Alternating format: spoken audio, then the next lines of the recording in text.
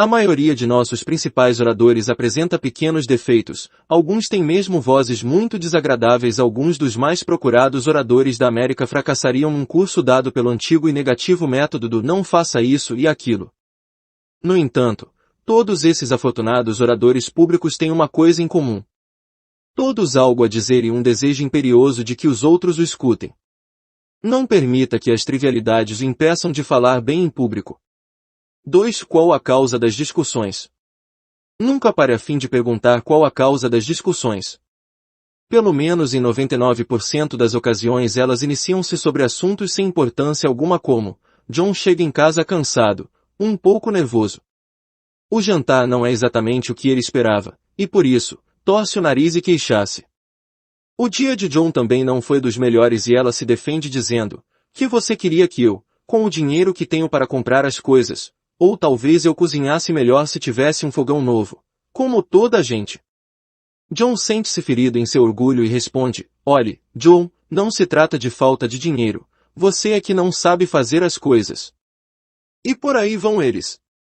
E antes que se estabeleça uma trégua, são feitas, de lado a lado, todas as espécies de acusações. Virão à baila os direitos de cada um, questões relativas a sexo, dinheiro, promessas pré- e pós-matrimoniais, e muitas outras coisas. Ambos os contendores deixam a luta, nervosos e tensos. Nada ficou resolvido e ambos reuniram novas munições que tornarão a próxima discussão ainda pior. As pequenas coisas, coisas insignificantes, servem de argumentos. Portanto, para eliminar as discussões, elimine os pensamentos mesquinhos. Eis uma técnica que funciona. Antes de se queixar, de acusar ou repreender alguém, ou de lançar um contra-ataque em defesa própria, pergunte a si mesmo: valerá a pena? Importa realmente? Na maioria dos casos, não vale a pena, e você evita o conflito. Pergunte-se sempre: tem importância o fato de ele, ou de ela, haver estragado os cigarros, de ter esquecido de tampar a pasta de dentes, ou de haver chegado tarde em casa? É realmente importante o ter ele, ou ela, desperdiçado um pouco de dinheiro, ou de haver convidado gente de quem eu não gosto? Quando você se achar prestes a agir negativamente, pergunte: isso tem realmente importância? Valerá a pena? Esta pergunta tem um efeito mágico na melhora das condições domésticas. E serve também para o escritório. Funciona na rua, no meio do tráfego, quando um motorista lhe corta a frente. Funciona em qualquer situação na vida capaz de provocar uma discussão. 3. Por haver recebido o escritório menos, John fracassou. Há vários anos, tive a oportunidade de observar como o pensamento mesquinho da designação de um escritório destruiu as possibilidades futuras de um jovem publicitário. 4 jovens chefes, todos do mesmo nível, foram transferidos para novos escritórios. 3 dos gabinetes eram idênticos em tamanho e decoração. O quarto era menor e menos enfeitado. J. M recebeu esse quarto escritório. Isso constituiu um verdadeiro golpe em seu amor próprio. Imediatamente sentiu que lhe faziam discriminações. Pensamentos negativos, ressentimento, amargura, inveja fizeram com que ele se sentisse desajustado. Como resultado, J. M passou a hostilizar seus companheiros. Em vez de cooperar, fez o que pôde para minar seus esforços. E as coisas foram piorando tanto que, 3 meses mais tarde, a direção não teve alternativa senão despedir J. M. Um pensamento mesquinho sobre um assunto insignificante paralisou J. M. Na ânsia de sentir que estavam contra ele, J. M deixou de observar que a companhia estava se expandindo rapidamente e que o espaço para os escritórios era uma questão vital. Não parou um só momento para pensar que o diretor que fez as designações dos gabinetes nem sabia qual era o menor deles. Ninguém na organização, a não ser o próprio J.M., encarou o seu gabinete como índice do seu valor. Pensar mesquinhamente sobre coisas insignificantes tais como ver o seu nome em último lugar, nos memorandos da companhia, ou receber a quarta via deles, pode ferir você. Pense com grandeza e nenhuma dessas pequeninas coisas será capaz de impedir seu progresso. 4. Até mesmo a gagueira, não passa de um detalhe sem importância. Um diretor de vendas contou-me que até mesmo a gagueira é um detalhe sem importância na profissão, se o vendedor tem realmente qualidades. Tenho um amigo, também diretor de vendas, que adora pregar peças, fazer brincadeiras idiotas que, muitas vezes, nada tem engraçado. Há meses, um jovem apareceu no seu escritório citando um emprego. O rapaz era terrivelmente gago, e meu amigo decidiu imediatamente pregar-me uma peça. Disse ao solicitante que, no momento, não estava precisando de nenhum vendedor, mas que sabia de um amigo, no caso, eu, que tinha uma vaga a preencher. Depois, telefonou-me, e encheu o rapaz de esperança, fazendo-lhe um grande cartaz. Sem suspeitar de nada, respondi que o mandasse imediatamente. 30 minutos após, chegava ele. Ainda não tinha dito 3 palavras e eu já havia percebido por que meu amigo se interessara tanto em enviá-lo a mim. E eu sou já. Jack R., falou o rapaz. O senhor X mandou-me aqui P. Para. Falar-lhe a respeito de um em emprego gol. Cada palavra era uma luta. Pensei comigo mesmo. Esse camarada não será capaz de vender uma nota de $1 por 90 cents, em Wall Street.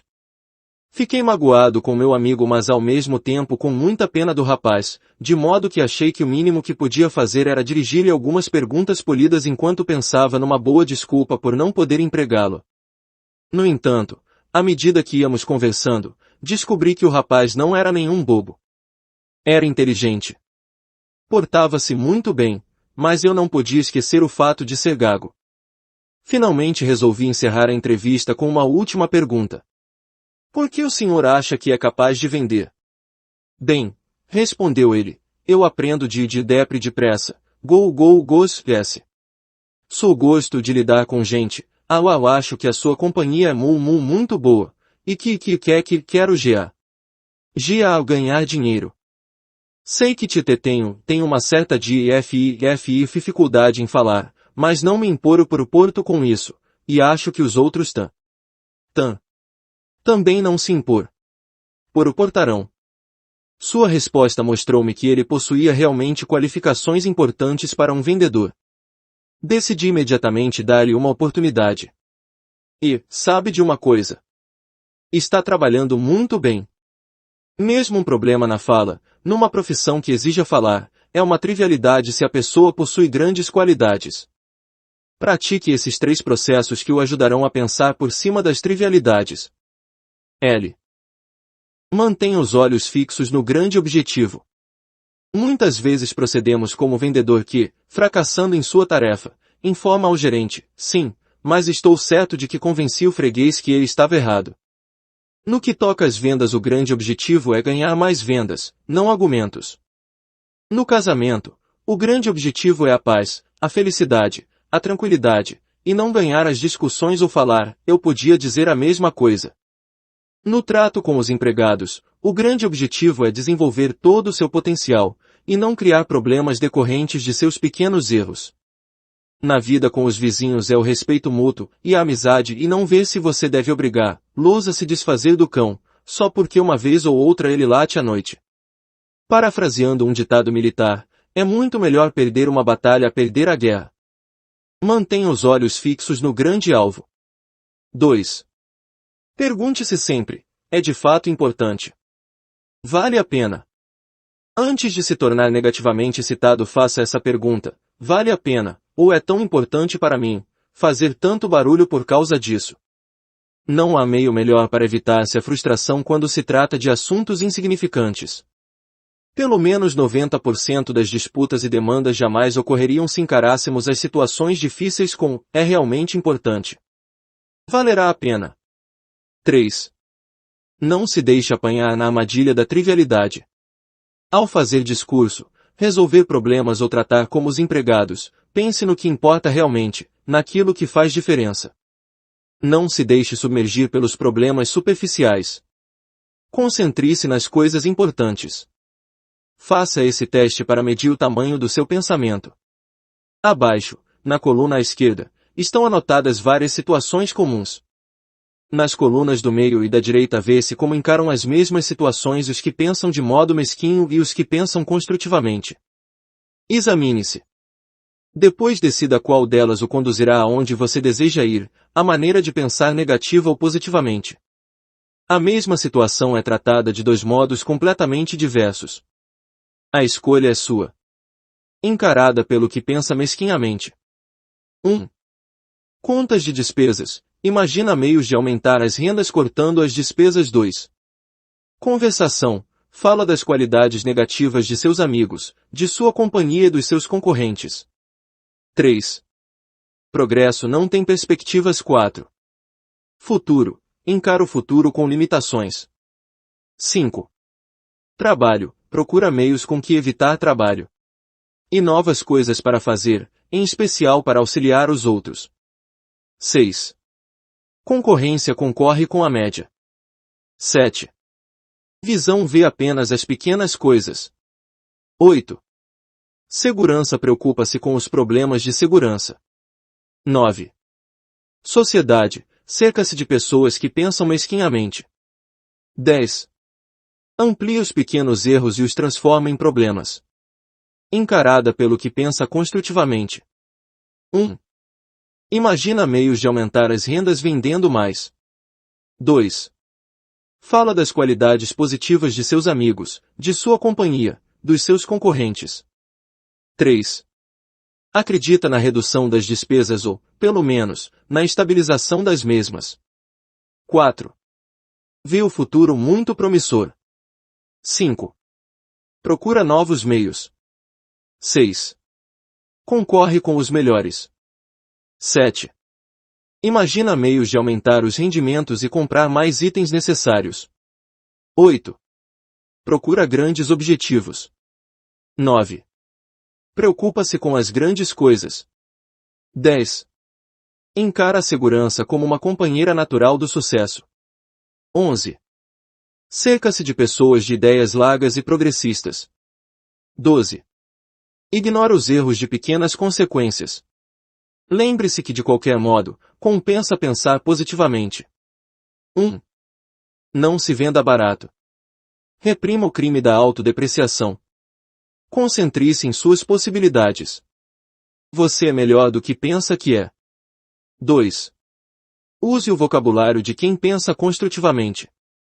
Empregue palavras positivas, entusiásticas, agradáveis, que prometem vitória, esperança, felicidade e prazer. Evite os termos que criem imagens desagradáveis de fracasso, derrota ou amargura. 3. Amplie sua visão. Não encare as coisas apenas como são atualmente, mas como poderão ser para o futuro. Habitue-se a valorizar as coisas, as pessoas e a si mesmo. 4. Encare o seu trabalho como uma coisa grandiosa. Pense de fato nele como uma coisa realmente importante. Sua futura promoção depende em grande parte da maneira pela qual você encara o seu emprego e pensa no seu trabalho atual. 5. Não pense em trivialidades. Focalize sua atenção nos objetivos grandiosos. Antes de se ver envolvido numa questão insignificante, pergunte a si mesmo se vale a pena. É realmente importante. Engrandeça-se pensando positivamente. Como pensar e sonhar criadoramente? Inicialmente, esclareçamos um erro muito comum sobre a interpretação do significado do pensamento criador. Por alguma razão ilógica, somente a ciência, a engenharia, a arte e a literatura são consideradas como atividades criadoras. A maioria das pessoas associa o pensamento criador com fatos como a descoberta da eletricidade, da vacina contra a poliomielite, a produção de uma novela ou o desenvolvimento da televisão em cores. Não há dúvida de que essas realizações são uma evidência do pensamento criador. Cada etapa vencida na conquista do espaço é, em todos os sentidos, o resultado do pensamento criador. No entanto, o pensamento criador não se limita a certas ocupações, nem está restrito às criaturas superinteligentes. Bem, então, que é o pensamento criador? Uma família de modestos recursos idealiza um plano para enviar o filho para uma importante universidade.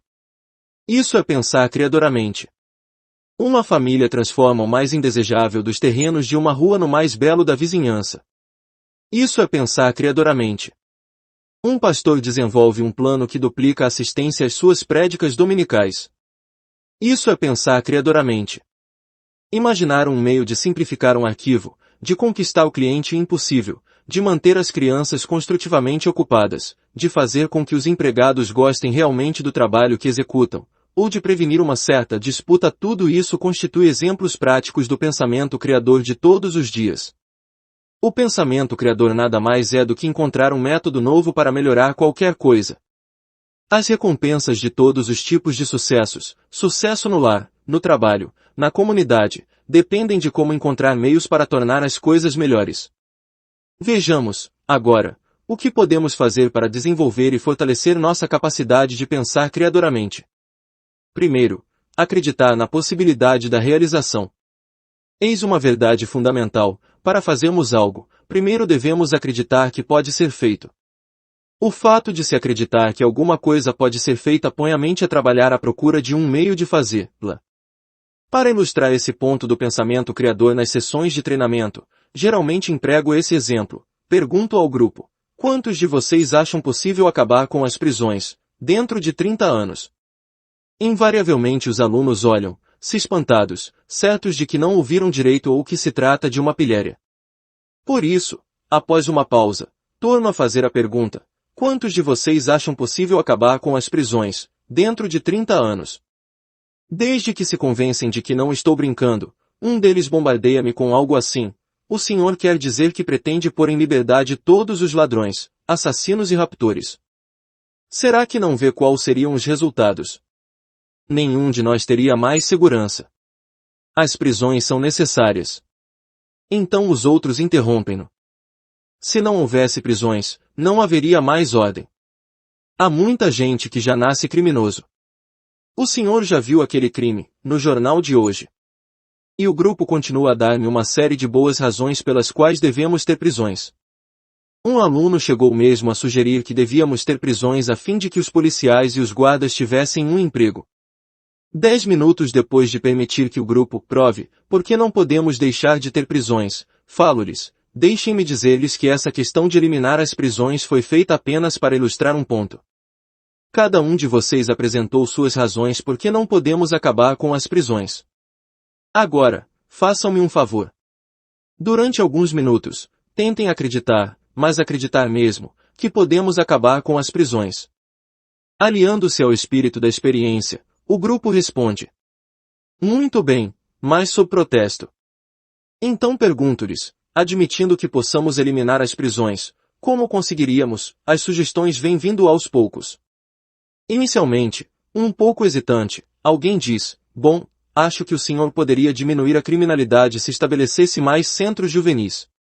E não demora muito para que o grupo, que 10 minutos antes era completamente contrário à ideia, comece a trabalhar com real entusiasmo. Trabalhando para eliminar a pobreza. O crime tem grande parte de suas raízes mergulhada na miséria.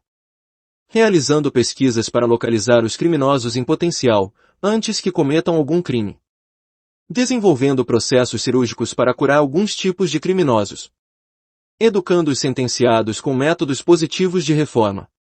Essas constituem algumas amostras das 78 ideias específicas por mim anotadas capazes de ajudar a conseguir o objetivo de se eliminarem as prisões. Quando se acredita, a mente procura meios de fazer.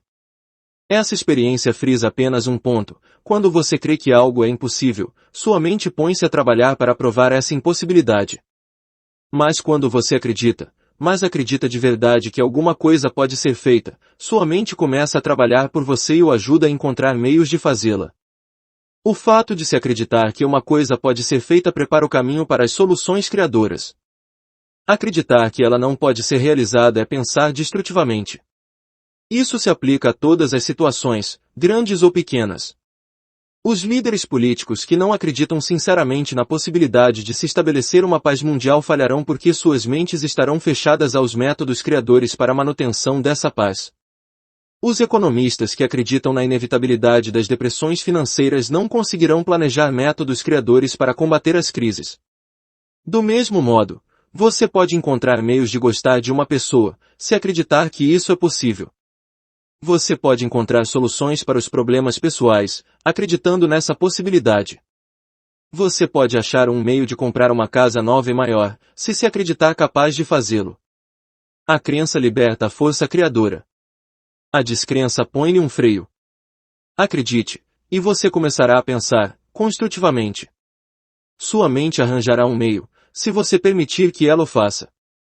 Há pouco mais de 2 anos, fui procurado por um jovem que me pediu para auxiliá-lo a encontrar um emprego de mais futuro. Trabalhava como empregado de uma companhia de entregas e achava que não progrediria. Conversamos sobre o seu passado, e sobre o que desejava fazer. Depois de conhecer algo sobre sua vida, disse-lhe: admiro-o muito por querer subir e arranjar um emprego melhor e de mais responsabilidade. Mas, hoje, para se começar no tipo de trabalho que você pretende, há necessidade de se ter o diploma de ginásio. Vejo que você não acabou o seu curso, por isso sugiro que o faça.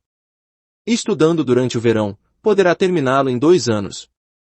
Então, estou certo, encontrará o lugar que procura, na companhia para a qual deseja trabalhar. Bem sei que o curso ginasial ajudaria, respondeu ele, mas o caso é que eu não posso voltar para o colégio. Não pode. Por quê? Perguntei. Bem, por um lado, já tenho 24 anos, continuou ele, e acima de tudo, minha esposa e eu esperamos, dentro de poucos meses, nosso segundo filho. E mal podemos viver com o que ganho atualmente. Assim, pois, não teria tempo para estudar e trabalhar ao mesmo tempo. É apenas impossível. Eis tudo. Esse jovem convencera-se realmente de que era impossível terminar o seu curso. Falei-lhe: se você acha que é impossível concluir o curso, então é mais, pelo mesmo motivo, se você acreditar que é possível volta para a universidade, surgirá uma solução. Agora veja o que eu gostaria que você fizesse. Diga mentalmente que você vai voltar para o colégio. Deixe que esse pensamento domine o seu cérebro. Depois pense bastante como vai conseguir isso e, ao mesmo tempo, sustentar sua família. Volte dentro de algumas semanas e diga-me, quais são suas ideias? Meu jovem amigo voltou 2 semanas após. Pensei um bocado sobre o que o senhor me disse. E resolvi que devo voltar ao colégio. Não estudei ainda todo o problema, mas sei que encontrarei uma solução. E encontrou. Conseguiu obter uma bolsa, fornecida por uma associação de comércio que lhe custeava os estudos, os livros e extraordinários. Arranjou um novo horário de trabalho para que pudesse assistir às aulas. Seu entusiasmo e a promessa de um futuro melhor tiveram todo o apoio da esposa. Juntos, criaram meios para aproveitarem melhor o tempo e o dinheiro. No mês passado recebeu seu diploma num dia, e no outro se empregou, trabalhando e treinando para gerente de uma grande corporação. Onde há vontade, há um meio. Acredite que pode ser feito. Isso é fundamental para o pensamento criador. Eis 2 sugestões para ajudá-lo a desenvolver a força criadora através da crença. 1. Elimine a palavra impossível, tanto do seu vocabulário mental, como oral. Impossível é uma palavra de fracasso. Quando você pensa, é impossível, aciona uma reação em cadeia de outros pensamentos para provar que está certo. 2. Pense em algo de especial que você tem desejado, mas que não conseguiu realizar. Faça, agora, uma lista das razões pelas quais você é capaz de realizá-lo. Muitos de nós destruímos nossos desejos simplesmente porque nos concentramos na impossibilidade de realizá-los, quando a única coisa digna da concentração mental é pensar neles como execuíveis. Li recentemente num jornal um artigo que dizia que a maioria dos estados possui municípios demais. O artigo mostrava que a maior parte dos limites foi estabelecida muitos anos antes de fabricado o primeiro automóvel e quando a charrete constituía o principal meio de transporte.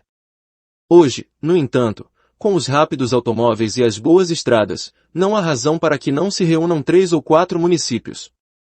Isso reduziria de muito a duplicação dos serviços, de modo que o contribuinte gastaria menos dinheiro e seria mais bem atendido. O autor declarava que julgava ter tido uma grande ideia, de modo que entrevistou ao acaso 30 pessoas, a fim de colher suas reações.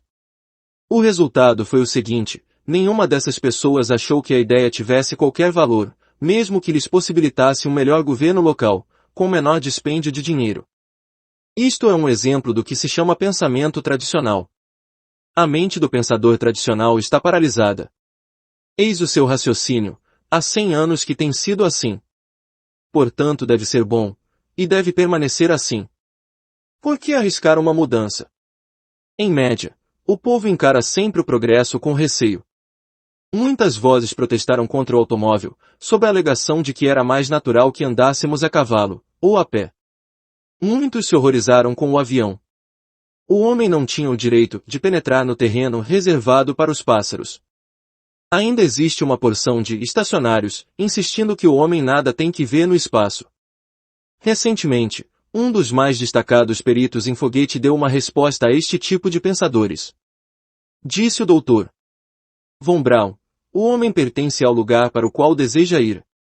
Por volta de 1900, um diretor executivo descobriu um princípio científico para orientar as vendas que recebeu um bocado de publicidade e chegou mesmo a ser citado em vários livros. O princípio era esse: só um método melhor para se vender um produto. Encontrar a melhor maneira e jamais se desviar dela. Felizmente para a companhia deste homem, veio uma nova direção que a salvou, a tempo, da ruína financeira. Confronte essa experiência com a filosofia de Crawford H. Greenewalt, presidente de uma das maiores organizações comerciais da nação, AI. 1. Dupont de Nemours. Numa palestra, na Universidade de Colômbia, Mr. Greenewalt disse: há muitas maneiras de realizar um bom trabalho na verdade, tantas quantos são os homens encarregados de realizá-lo. Na verdade, não há um meio melhor de fazer coisa alguma. Não há melhor maneira de decorar um apartamento, uma paisagem ou um jardim, de efetuar uma venda, de educar uma criança, ou de preparar um bife. Há tantas melhores maneiras quantas são as mentes criadoras. Nada cresce no gelo. Se deixarmos que a tradição congele nossas mentes, as ideias novas não poderão surgir. Faça esse teste de vez em quando. Proponha algumas das ideias abaixo a alguém e observe a sua reação. 1. O sistema postal, de há muito monopólio do governo, devia ser entregue à exploração privada. 2. As eleições presidenciais deviam ser realizadas cada 2 ou 6 anos, em vez de 4. 3. O horário de funcionamento das lojas comerciais devia ser de 13 às 20 horas, em vez de 9 às 17 horas e 30 minutos. 4. A idade para aposentadoria deveria ser elevada para 70 anos. Não interessa saber se essas ideias são, ou não, práticas. O ponto importante é ver como alguém trata essas proposições. Se a pessoa rir ante a ideia e não lhe der a menor atenção, e é muito provável que 95% riam, há muita probabilidade de que ela sofra de paralisia tradicional. Mas aquela que entre 20 disser: aí está uma ideia interessante, fale mais a respeito, tenha a mente voltada para a criação.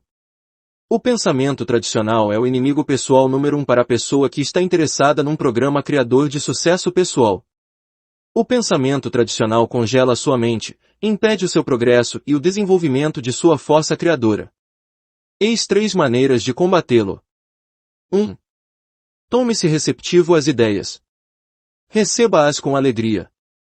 Destrua os pensamentos repulsores tais como: não adianta, não pode ser feito, é inútil, e é absurdo.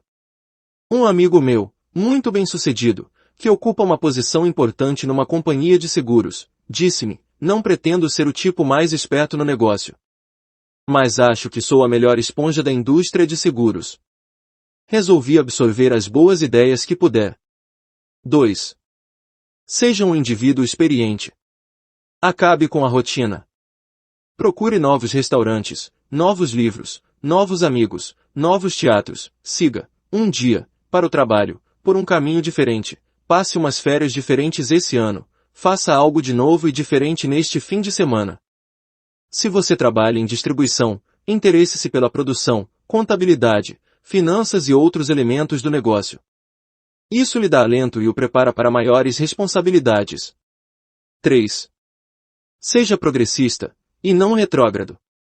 Não use o princípio de era assim que fazíamos quando eu trabalhava lá, vamos, pois empregar o mesmo processo aqui, mas sim o de como poderemos fazer melhor do que eu fazia quando trabalhava lá. Nada de pensamentos retrógrados, e sim progressistas. Por que você, quando era criança, se levantava às 5 horas da manhã para entregar jornais ou ordenhar as vacas, não significa que seja obrigatoriamente uma boa ideia exigir que seus filhos façam o mesmo. Imagine o que aconteceria à Ford Motor Company se a sua direção se permitisse raciocinar assim: esse ano fabricamos a última palavra em automóveis. É impossível fizer qualquer melhoramento para o futuro. Vamos, portanto, extinguir todas as atividades de pesquisa e planejamento. Com essa atitude, até a gigantesca corporação Ford extinguir-se-ia rapidamente. Os indivíduos e os negócios prósperos vivem com essa pergunta: como poderei melhorar a qualidade do meu rendimento? Como poderei fazer melhor? A perfeição absoluta em todas as realizações humanas, desde a fabricação de foguetes até a educação dos filhóis, é inatingível. Isso quer dizer que são infinitas as possibilidades dos melhoramentos. As pessoas bem-sucedidas sabem disso e estão sempre à procura de um modo melhor. A pessoa que alcança o sucesso não pergunta: poderei melhorar isso? Ela sabe que pode. Assim faz a pergunta da seguinte maneira: como poderei melhorar isso? Há poucos meses, um antigo aluno meu, metido no comércio há apenas 4 anos, abriu sua 4ª loja de ferragens. Isso constituía um feito, considerando o pequeno capital inicial do jovem, de apenas $3.500, a forte concorrência das outras lojas e o tempo relativamente curto em que ele se achava no ramo. Visitei sua nova loja logo depois de inaugurada, para dar-lhe os parabéns pelo grande progresso que ele fizera. Indiretamente perguntei-lhe como conseguirá fazer prosperar tanto as outras 3 lojas e abrir uma 4ª, quando para a maioria dos comerciantes era uma verdadeira luta manterem em boa situação um só estabelecimento. Naturalmente lutei muito, respondeu ele, mas o fato de levantar cedo e trabalhar até tarde não é responsável pelas 4 lojas. Muita gente no meu ramo de negócio trabalha duro. A coisa principal a que atribuo o meu sucesso é o programa semanal de melhoramento, por mim criado. Um programa de melhoramento semanal. Isso soa bem. Como funciona? Perguntei. E ele continuou: bem, na verdade nada tem demais. É apenas um plano para ajudar-me a melhorar o negócio à medida que as semanas vão correndo. A fim de manter o pensamento sempre voltado para frente, dividi meu negócio em 4 elementos: freguesia, empregados, mercadoria e promoção. Durante a semana faço observações e anoto as ideias que possam concorrer para que eu melhore as transações.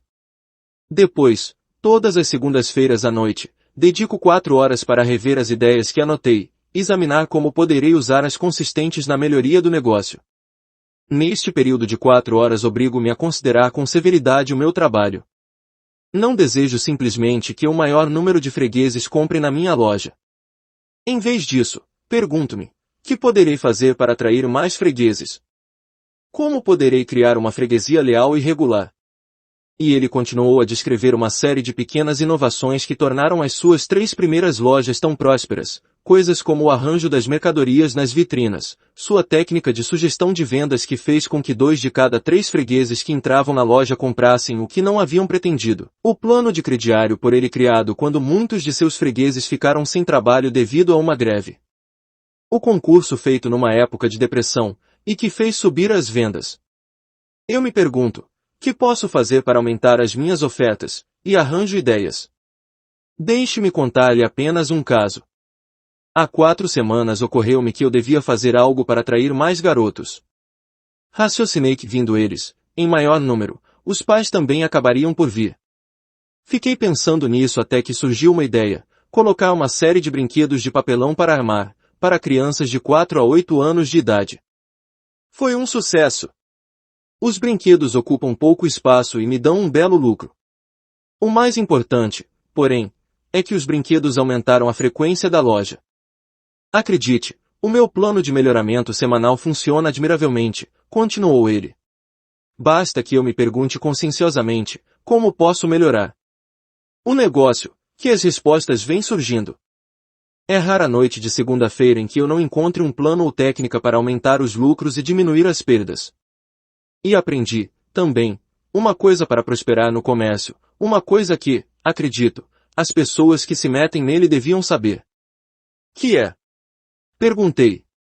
Apenas isso.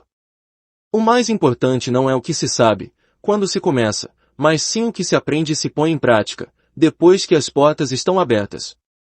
O verdadeiro sucesso procura as pessoas que estão continuamente buscando mais altos padrões para si e para os outros, pesquisando métodos com que aumentar a eficiência para produzir mais a um menor custo, para realizar mais com menos esforço. O cume do sucesso está reservado para os indivíduos do tipo, eu posso fazer isso melhor. A General Electric usa a seguinte divisa, o progresso é o mais importante de nossos produtos.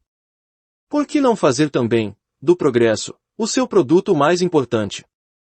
A filosofia do eu posso fazer melhor realiza milagres. Quando você se pergunta, como posso fazer isso melhor, sua força criadora é acionada e as maneiras de realizar melhor as coisas se vão sugerindo por si mesmas.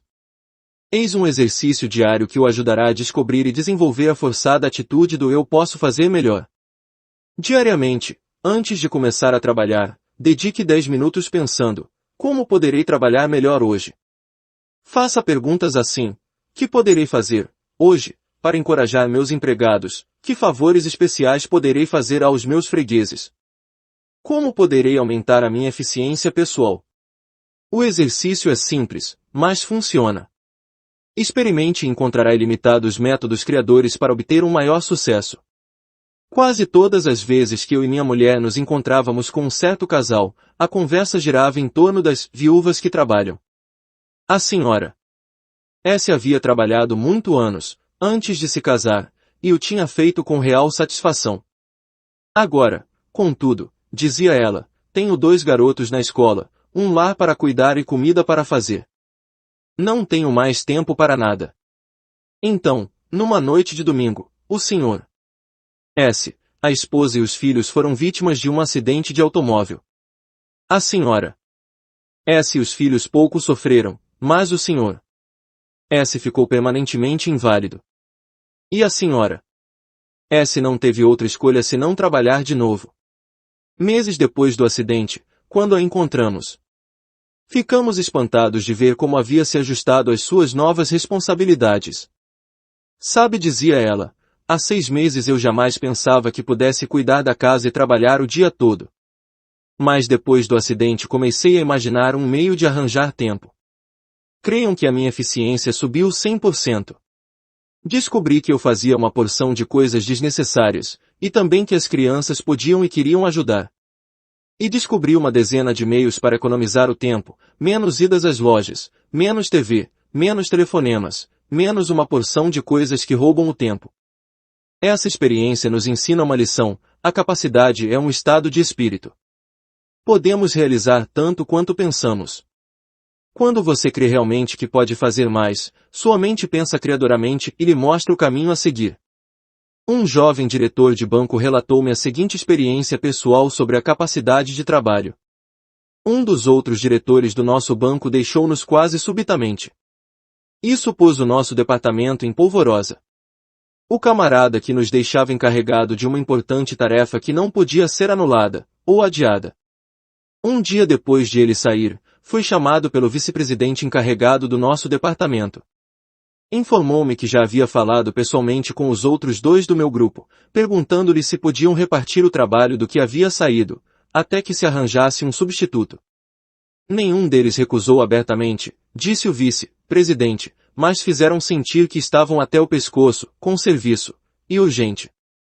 Será que você poderia se encarregar temporariamente desta sobrecarga? Durante toda a minha carreira, aprendi que jamais compensa desprezar-se o que parece ser uma oportunidade. Por isso concordei e prometi fazer o melhor possível para tratar da tarefa extra, bem como do meu próprio trabalho. O vice-presidente ficou muito satisfeito. Saí do seu gabinete sabendo que havia assumido uma pesada responsabilidade. Eu me achava tão ocupado quanto os 2 outros diretores do meu departamento, e que haviam se encolhido. Mas estava decidido a achar um meio de executar os 2 trabalhos. Naquela tarde, depois do serviço, quando os escritórios já estavam fechados, pus-me a imaginar de que modo poderia aumentar a minha eficiência pessoal. Tomei de um lápis e pus-me a anotar todas as ideias que me vinham à cabeça. E sabe que algumas foram muito boas.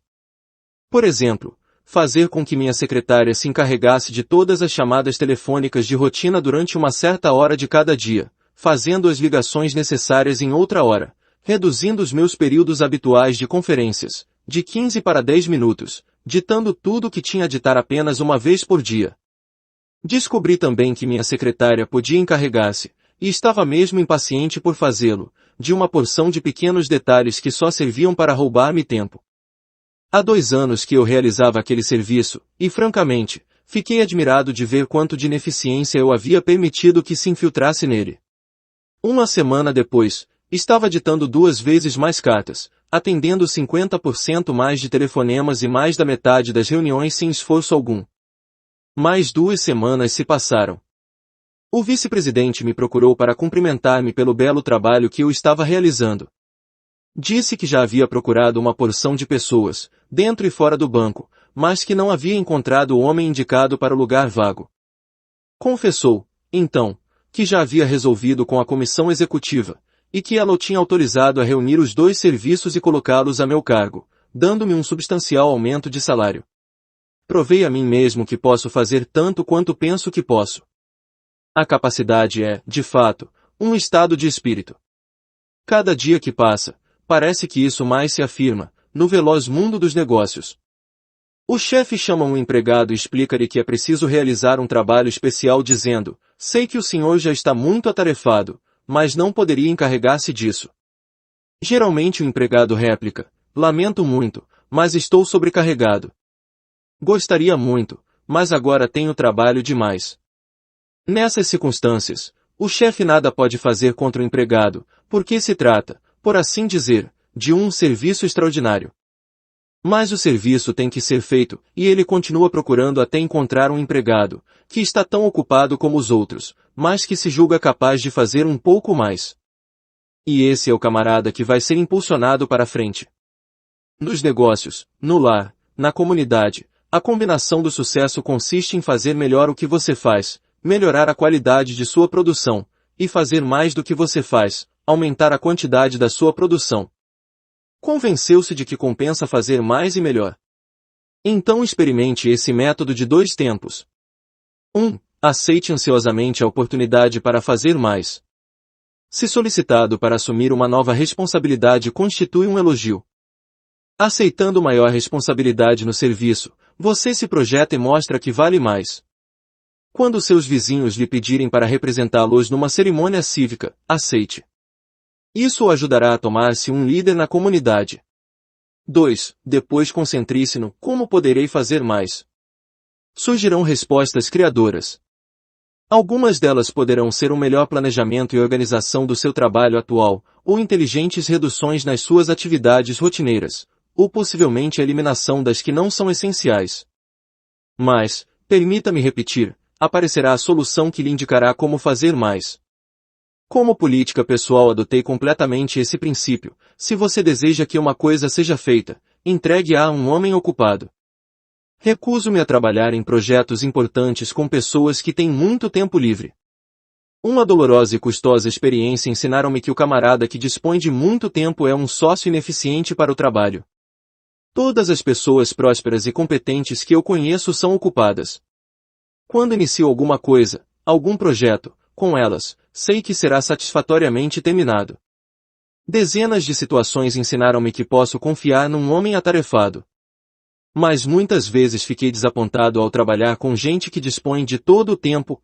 A diretoria de uma organização progressista está sempre inquirindo: que podemos fazer para expandir nossa produção? Por que você não há de se perguntar o mesmo? Que poderei fazer para expandir a minha produção? Sua mente lhe mostrará criadoramente como você o conseguirá. Entrevistando centenas de pessoas de todos os níveis fiz essa descoberta: quanto maior o indivíduo, mais aptidão possui para fazer com que você fale; quando menor, mais capacidade para lhe pregar sermões. Os grandes monopolizam a arte de ouvir. Os pequenos monopolizam a arte de falar.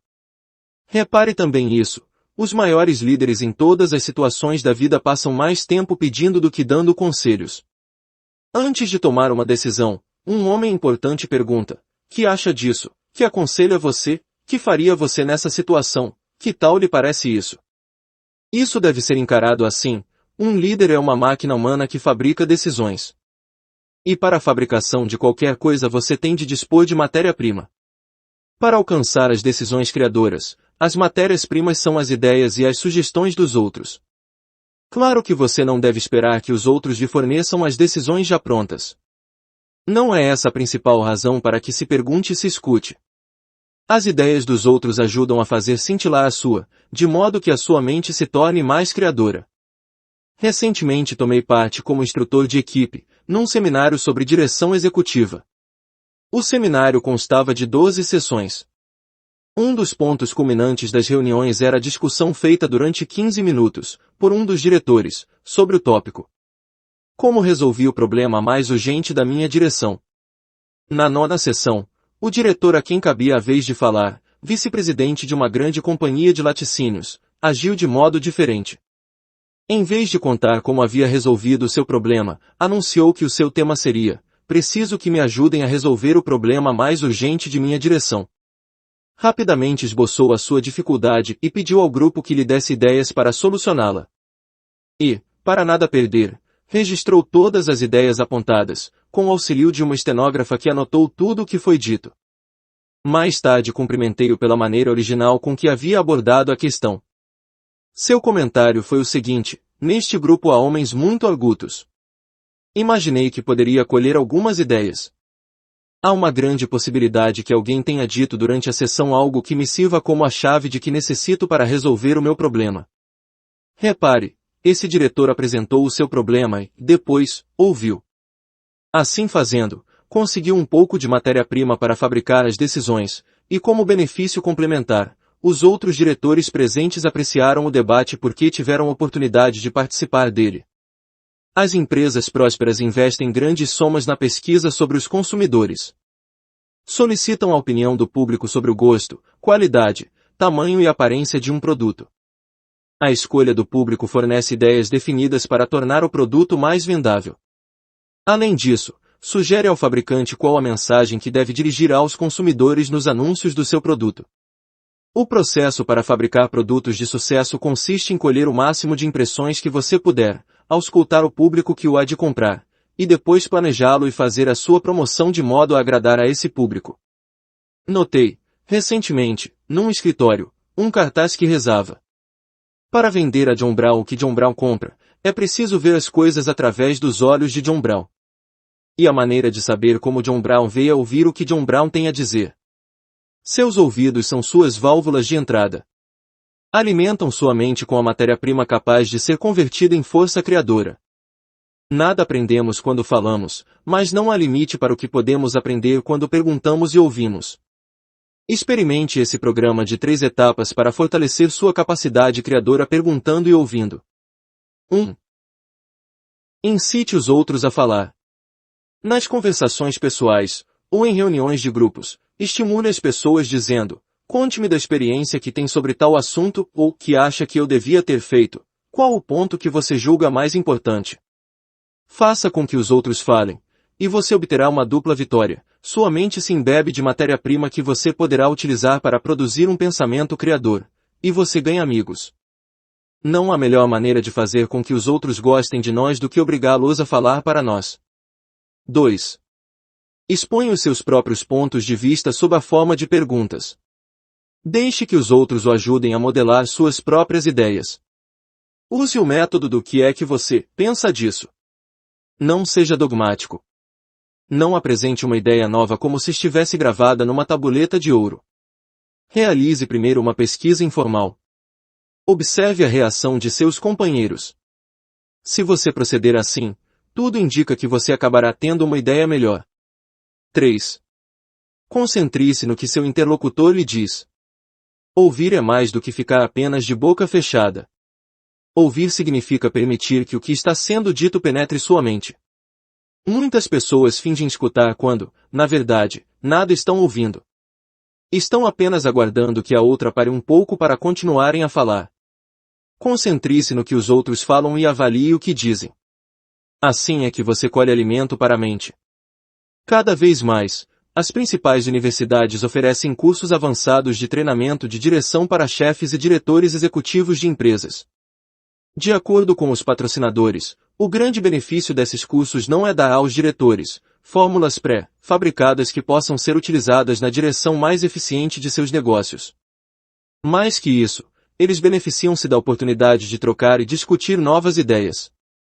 Muitos desses cursos exigem que os diretores residam e durmam nos colégios, estimulando assim os grandes debates. Numa palavra, o maior benefício provém dos estímulos recebidos. Há um ano, presidi 2 sessões de um curso de orientação de vendas, com a duração de 1 semana, e realizado em Atlanta, sob o patrocínio da National Sales Executives Inc. Corporação Nacional de Diretores de Vendas. Semanas depois me encontrei com um amigo, vendedor, que trabalhava para um dos diretores de vendas que havia feito o curso. Não há dúvida que a sua turma lá do curso sugeriu ao meu gerente de vendas uma porção de coisas para dirigir muito melhor a nossa companhia, disse o rapaz. Curioso, perguntei-lhe quais as modificações que ele havia notado. E ele desenrolou uma série de coisas, tais como revisão no plano de compensação, reuniões 2 vezes por mês, em vez de uma, novos impressos e formulários, revisão no terreno de vendas, não apenas no que havia sido especificamente recomendado durante o curso de treinamento. O gerente de vendas não ganhou apenas um punhado de técnicas enlatadas. Ao contrário, obteve coisa muito mais valiosa, o estímulo para criar ideias diretamente benéficas à sua própria organização. Um jovem guarda-livros de um fabricante de tintas contou-me uma feliz aventura que lhe sucedeu, nascida de ideias alheias. Jamais tive senão um interesse casual em terras, disse-me ele. Há vários anos que sou um guarda-livros profissional e jamais me afastei da minha profissão. Um dia, um corretor meu amigo convidou-me para participar do almoço de um grupo de corretores da cidade. O orador do dia era um velho que havia visto a cidade crescer. Sua palestra versou sobre os próximos 20 anos. Predisse que a área urbana continuaria a crescer até invadir as zonas agrícolas circunvizinhas. Predisse também que o que denominava de fazendolas para cavaleiros, do tamanho de 2 a 5 acres, grandes bastante para que o homem de negócios ou o profissional possuísse uma piscina, cavalos, jardins e outros passatempos que requerem espaço, teria uma procura que bateria todos os recordes. A palestra desse homem estimulou-me de verdade. O que ele descrevia era exatamente que eu desejava. Nos dias que se seguiram, perguntei a vários amigos que pensavam eles da ideia de se possuir um sítio de 5 acres de área. Todos responderam que adorariam possuir um. Continuei a pensar sobre o caso e pus-me a imaginar como poderia transformar a ideia em algo lucrativo. Depois, um dia, quando dirigia o meu carro para o trabalho, veio-me, não sei de onde, a resposta que eu aguardava. Por que não comprar uma fazenda e dividi-la em lotes? Imaginei que a terra loteada valeria mais do que inteira. A 35 quilômetros do centro da cidade, encontrei uma fazenda abandonada que estava à venda por $8.500. Comprei-a, pagando 1/3 à vista e realizando uma hipoteca com o proprietário. Em seguida plantei pinheiros onde não havia árvores. Isso porque um corretor de terras que conhece muito bem o assunto me disse, hoje em dia, todo mundo quer árvores, uma porção de árvores. Eu desejava que os meus compradores em perspectiva vissem que, dentro de poucos anos, nuas terras estariam cobertas de belos pinheiros. Depois arranjei um agrimensor para dividir os 50 acres em 10, fiquei então preparado para iniciar as vendas. Obtive o endereço de vários diretores jovens da cidade e iniciei uma campanha de promoção pelo correio, em pequena escala. Mostrei-lhes que por apenas $3.000, preço de um pequeno lote urbano, eles poderiam comprar um sítio. Descrevi, também, o quanto havia ali, em potencial, para recreação e vida saudável. No espaço de 6 semanas, trabalhando apenas às noites e nos fins de semana, vendi todos os 10 lotes. Rendimento bruto, $30.000. Despesas totais, incluindo o preço da fazenda, anúncios, loteamento e processamento legais, $10.400. Lucro, $19.600. Obtive um belo lucro porque me deixei influenciar pelas ideias de um indivíduo inteligente. Se eu não tivesse aceitado o convite para comparecer ao almoço de um grupo de gente completamente estranha aos meus interesses profissionais, jamais meu cérebro teria elaborado esse plano que me deu um lucro tão grande. Há muitas maneiras de obter estímulo mental, mas aqui estão 2 que você pode incorporar ao padrão de sua vida. Primeira, junte-se regularmente a, pelo menos, um grupo profissional que lhe estimule na sua própria área ocupacional. Ombreie-se e pense com outras pessoas orientadas para o sucesso. Quantas vezes eu ouço alguém dizer: esta tarde apanhei uma grande ideia na reunião de ou, durante a reunião de ontem comecei a pensar.